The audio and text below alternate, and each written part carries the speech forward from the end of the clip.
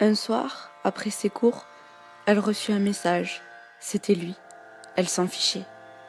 Pour elle, c'était un garçon comme les autres.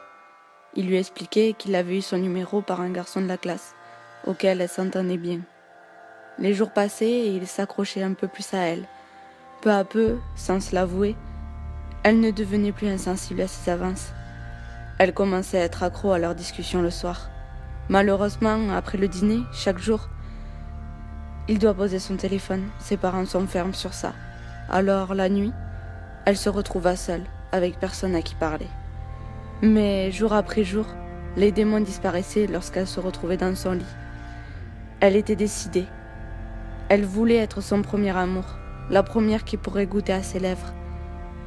Il ne pouvait plus se quitter. À la fin de la journée, lorsqu'ils se séparaient, et même les week-ends, ils faisaient des cams pour continuer à se voir. Elle adorait se confier à lui, et lui pareil.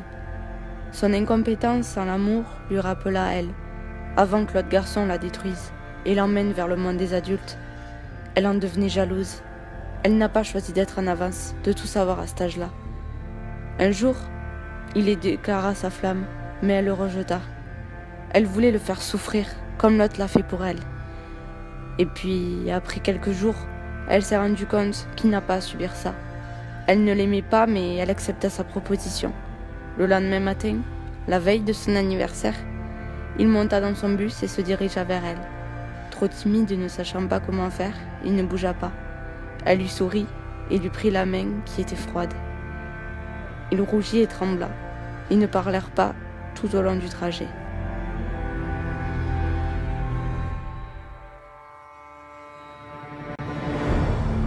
Cela fait quelques mois maintenant qu'ils sont ensemble. Il est fou amoureux, c'est la femme de sa vie. Chaque jour, elle a le droit à un long texte pour lui dire combien il l'aime et qu'elle est belle. Il est au courant de ce qu'elle a vécu et lui a proposé son aide. Grâce à lui, elle ne connaît plus les pleurs, le noir et la mutilation. Il la refait vivre. Elle se noyait dans ses larmes et lui a réussi à la faire sortir de l'eau. Grâce à lui, elle a enfin réussi à parler à ses parents de ses coupures et de ce qu'elle a vécu, son traumatisme. Grâce à lui, elle a accepté d'aller se faire aider. Jamais il ne saura, mais il lui a sauvé la vie. Ils étaient jeunes, mais ils voyaient leur avenir déjà loin. Elle le changea lui aussi. Il prit de la maturité. Il se vit grandir. Souvent, elle souffrait de ne pas l'aimer comme elle a pu le faire avec l'autre garçon. Elle le quitta plusieurs fois, mais elle n'aimait pas le voir souffrir, alors elle revenait.